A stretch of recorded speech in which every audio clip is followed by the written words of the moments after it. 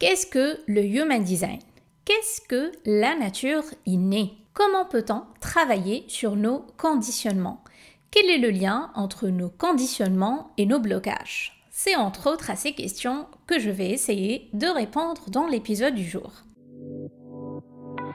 Bonjour et bienvenue dans Désaligné, le podcast qui t'invite à plonger dans des récits doux et intenses à la fois. Je suis Rim, entrepreneur enthousiaste et je suis ta guide dans cette aventure. Il suffit parfois d'écouter une histoire pour que quelque chose en nous se mette à briller. C'est ce que je souhaite à travers chaque épisode de ce podcast. En 2018, la maladie est entrée dans ma vie, m'entraînant dans une introspection profonde pour essayer de comprendre et de m'en sortir. J'ai mis 5 ans pour me libérer de mes freins, guérir de mes douleurs physiques et mentales et reprendre enfin ma place. Désaligné, c'est l'exploration de sujets liés à la santé holistique à travers les expérimentations, les défis et les thérapies qui ont jalonné mon parcours. Mon but, montrer comment transformer ces expériences en une source de force incroyable. Si tu veux sourire, peut-être verser une larme ou deux et surtout réfléchir, tu es au bon endroit. Hello à tous, je suis très contente de vous retrouver pour cet épisode numéro 2 dédié à un outil dont je suis littéralement tombée amoureuse et qui est le Human Design. Souvenez-vous, dans l'épisode 0, je vous ai dit que durant ces 6 dernières années, j'ai suivi pas mal de thérapies et testé plein d'outils pour comprendre les messages que m'envoyait mon corps. Et je peux dire que le Human Design est celui qui m'a donné le plus de réponses, au-delà même des questions que j'ai posées. À travers cet épisode, je veux vous parler de cette merveilleuse rencontre et j'ai à cœur de vous montrer jusqu'où il peut vous aussi vous aider à vous comprendre et surtout à vous libérer de ce qui vous freine et vous conditionne. Je ne sais pas vous, mais moi j'ai toujours été attirée par les outils de connaissance de soi et notamment les tests de personnalité. J'en ai fait plusieurs et à chaque fois, les résultats que j'avais me parlaient, mais je restais un peu sur ma faim en me disant qu'ils n'étaient pas assez spécifiques et surtout actionnables. Il y a quelques années, quand j'ai entendu parler du Human Design pour la première fois, j'étais très curieuse de découvrir ce que c'était. J'ai donc généré ma charte, qui est le schéma qu'on interprète pour se comprendre, mais je ne pouvais pas aller très loin car il était incompréhensible. Si d'ailleurs tu veux générer la tienne gratuitement, tu peux te rendre sur le site My Body Graph, ça va t'aider à mieux comprendre la suite de l'épisode. Je n'avais rien compris à ce schéma complexe, à ces lignes, à ces formes colorées, et j'avoue que c'était assez frustrant. Fin octobre 2021, je re-rencontre le Human Design et là j'avais la chance de pouvoir me former dessus. Je ne peux pas mesurer les mots pour parler de la claque que je me suis pris. J'ai passé plus d'une semaine à analyser ma charte non-stop. Plus j'avançais dans la compréhension de l'outil, plus j'étais époustouflée par la justesse de ce que je découvrais sur moi. Ce qu'il faut noter, c'est qu'à cette période, j'étais très épuisée et j'avais décidé de mettre sur pause mon activité pour me retrouver avec moi-même. Et j'étais loin d'imaginer toutes les révélations que j'allais avoir et comment ça allait complètement révolutionner mon activité dans les mois qui allaient suivre. Alors, c'est quoi le Human Design? En fait, il s'agit d'un outil basé sur une synthèse de sciences traditionnelles mais aussi modernes. Il regroupe les idées fondées de l'astrologie, des chakras, de l'I Ching, qui est l'un des principaux classiques chinois et l'un des ouvrages les plus anciens qui existent, qui est d'ailleurs là, qui m'accompagne toujours, ainsi que de la mécanique quantique et du décryptage du code génétique. Malgré tout ce qu'on peut lire sur Internet, vu la récence de l'outil, le Human Design n'est lié à aucune croyance ou religion. D'autant plus que son aspect quantique et génétique lui apporte un côté assez concret et pragmatique et rend son usage derrière très actionnable. Comme vous l'avez peut-être vu, la charte générée se compose de dizaines d'éléments d'information sur nous qui viennent nous expliquer comment on est conçu pour fonctionner de la manière la plus optimale pour nous, c'est-à-dire en étant épanoui, sans maladie, sans indisposition, épuisement, émotions négatives, etc. Je sais que beaucoup de personnes ne sont pas adeptes des outils de connaissance de soi, car elles peuvent nous mettre dans des cases. C'est là que le Human Design se différencie de ce qui existe. On l'appelle d'ailleurs la science de la différenciation, car il vient justement nous expliquer jusqu'où on peut être différent des autres, jusqu'où on peut s'écouter Et comment on a le droit de vivre notre vie en dehors des cases car c'est le chemin le plus sain pour nous et pour notre corps. Donc comme je disais, il y a plusieurs couches d'informations qu'on retrouve dans une charte, ce qui explique qu'aucun être humain ne ressemble à un autre. À moins qu'on soit jumeaux parce qu'on a la même date, heure et lieu de naissance, et encore, deux jumeaux qui naissent à 10 minutes d'intervalle peuvent avoir deux chartes complètement différentes. Parmi les informations qu'on peut avoir, il y a les types mais aussi les profils. On peut être du même type et du même profil mais pas du tout fonctionner de la même manière, parce que nos centres, qui sont les formes rectangulaires et triangulaires présentes dans le schéma, n'auront pas la même couleur et que nos canaux, qui sont les liaisons pleines entre les différents centres, ne sont pas du tout les mêmes non plus. Ce que j'ai appris en me formant à l'outil, c'est entre autres la notion de nature innée, qui constitue notre manière d'être initiale à notre naissance. En philosophie, l'inné peut désigner notre patrimoine génétique ou plus largement tout ce que nous possédons dès la naissance. Ça s'oppose à ce qui est acquis et ce qui désigne tout ce que l'homme apprend tout au long de sa vie. Quelques années après notre naissance viennent s'ajouter des couches qui nous font dévier, ou pas, de cette nature innée. Notre éducation, les conditionnements extérieurs qu'on reçoit de la part de la société, de notre entourage, des médias, ou encore les événements négatifs ou les traumatismes qu'on traverse, les croyances religieuses, idéologiques et ainsi de suite. Comprendre nos conditionnements extérieurs et mettre en parallèle les différentes infos fournies par notre charte Human Design quant à notre nature innée est un premier pas pour repérer nos différents désalignements. Une fois on repère ces conditionnements, il s'agit ensuite de travailler tout ce qui se tient entre nous et notre nature profonde, c'est-à-dire les peurs, les pensées limitantes, les compulsions, les émotions négatives et ainsi de suite. En Human Design, on appelle d'ailleurs ça le non-soi. Être dans le non-soi, c'est être totalement désaligné. Et le chemin pour passer du non-soi à l'expression de son vrai soi et être soi-même s'appelle le processus de déconditionnement. Je me libère des conditionnements qui m'alourdissent pour revenir à moi-même. À ce stade de l'épisode, peut-être que vous posez les questions suivantes. Quel ressenti négatif j'éprouve actuellement ou d'une manière générale? Pour vous aider, ces ressentis varient selon votre type et peuvent être la colère, la frustration, l'amertume ou encore la déception. Tu peux découvrir ton non-soi si tu as généré ta charte un peu plus tôt. Tu peux aussi te demander quelles sont les actions quotidiennes qui me mettent dans mon non-soi, c'est-à-dire quand je suis dans une émotion négative de frustration, de colère ou d'amertume par exemple. Quels sont les conditionnements avec lesquels j'ai grandi depuis que je suis enfant? D'ailleurs, cette question est liée à la question des croyances que je vous ai posée dans l'épisode précédent. Et enfin, existe-t-il un lien entre mes ressentis négatifs et mes conditionnements? Répondre à ces questions peut s'avérer difficile, car ça demande beaucoup d'observation et de retour à soi. Cela dit, si tu arrives à identifier quelques premières pistes, tu auras ouvert la porte à quelque chose de vraiment beau à explorer derrière. Pour ma part, j'ai pu faire le lien entre les différents chapitres que j'ai vécus dans mon enfance qui m'ont impacté négativement et les différentes douleurs que j'ai traînées depuis et les blocages que je vivais jusqu'à récemment. Je vous ai parlé d'ailleurs dans les 2 premiers épisodes du fait que je ne me suis jamais exprimée depuis toute petite et de comment ça me faisait mal à l'intérieur. Ma charte Human Design est venue me prouver que pendant tout ce temps, j'étais à l'encontre de ma nature innée et de mon centre de la gorge qui ne voulait qu'une seule chose, c'est que je m'exprime.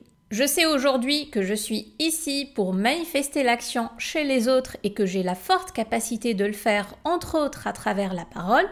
Ma mission de vie consiste d'ailleurs à impacter entre autres grâce au centre de ma gorge. Cette découverte m'a fait repenser au fait que les problèmes liés à la parole avaient commencé depuis toute petite, mais qu'aucun lien ne pouvait être fait. Vers l'âge de 8 ans, j'ai commencé à bégayer. Et comme j'étais honteuse de parler, car je ne pouvais pas facilement trouver les mots, je me faisais petite et je me taisais. Plus tard, je perdais ma voix régulièrement sans forcément être malade. Elle disparaissait comme ça sans prévenir et quand elle revenait, ça me faisait mal de parler car ma voix n'était plus pareille. À 29 ans, j'ai eu un diagnostic d'une hypothyroïdie qui a totalement déstabilisé mon équilibre hormonal et mon métabolisme qui était déjà très mal au point. Et quand je me suis formée au Human Design, j'ai pu faire le lien avec ma gorge qui voulait parler puisque sur le plan physique, la thyroïde est reliée à la gorge. Si la gorge n'est pas exploitée comme il faut, la thyroïde, elle va mal. Si ça vous parle, vous pouvez d'ailleurs vous poser la question suivante. Est-ce qu'il m'arrive de ressentir un blocage au niveau de ma gorge qui m'empêche de me mettre en action, de me lancer dans un projet, de prendre la parole dans un groupe ou d'être un guide pour les autres? J'insiste sur la gorge parce que c'est par là que sort l'énergie, c'est là qu'on manifeste aussi l'action pour soi mais aussi pour les autres. Ça me fait penser que quand je suis aussi en séance de coaching et qu'on arrive à un sujet pas évident à traiter avec la cliente, sa voix, elle peut changer d'un coup et les mots peuvent avoir du mal à sortir alors que la personne, de base, elle a la capacité à parler d'une manière fluide. C'est le signe qu'on touche à quelque chose qui mérite d'être creusé, même si la personne ne dit pas tout. C'est assez surprenant à chaque fois. Après, comme c'est le cas en thérapie, quand on découvre des choses sur nous, on peut être surpris ou même ne pas les accepter.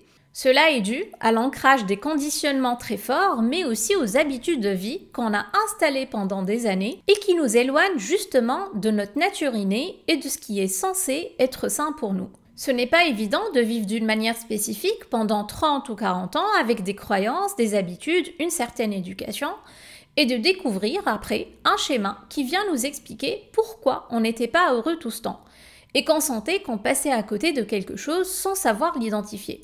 On peut aussi culpabiliser, être dans le rejet au début, et c'est humain. Pour ma part, j'avais du mal à digérer certaines informations, bien qu'elles me paraissent tellement justes et cohérentes. La raison, c'est qu'elles allaient aussi me sortir complètement de ma bulle qui me rassurait pendant toutes ces années. Mais quand l'acceptation a été faite, j'ai pris ça comme quelque chose de libérateur qui allait m'aider à vivre enfin en étant moi-même, connectée à mon être au plus profond de moi, même si ça demandait justement que je sorte de ma bulle et que je dépasse mes peurs aussi. Et ce qui est fantastique, c'est que quand on revient à soi, on ne joue plus un rôle. On fait tomber les masques, tout devient facile, on se sent léger et il n'y a plus rien qui nous enchaîne. Pour moi, c'est ça la liberté, être soi sans conditionnement.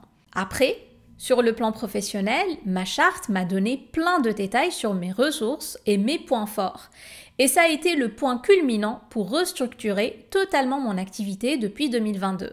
Parce que j'ai pu enfin connaître le rôle que j'ai dans ce monde et ma mission de vie. J'ai compris que je devais mettre encore plus l'humain au centre de ce que je fais et que je veux aider les gens à identifier leurs talents parce que j'ai la capacité innée de le faire, que c'est facile pour moi, que je ne force pas, que je le fais depuis mon ventre qui me guide vers ma joie. C'est ce que je veux aussi incarner grâce à ce podcast que je crée avec une facilité déconcertante.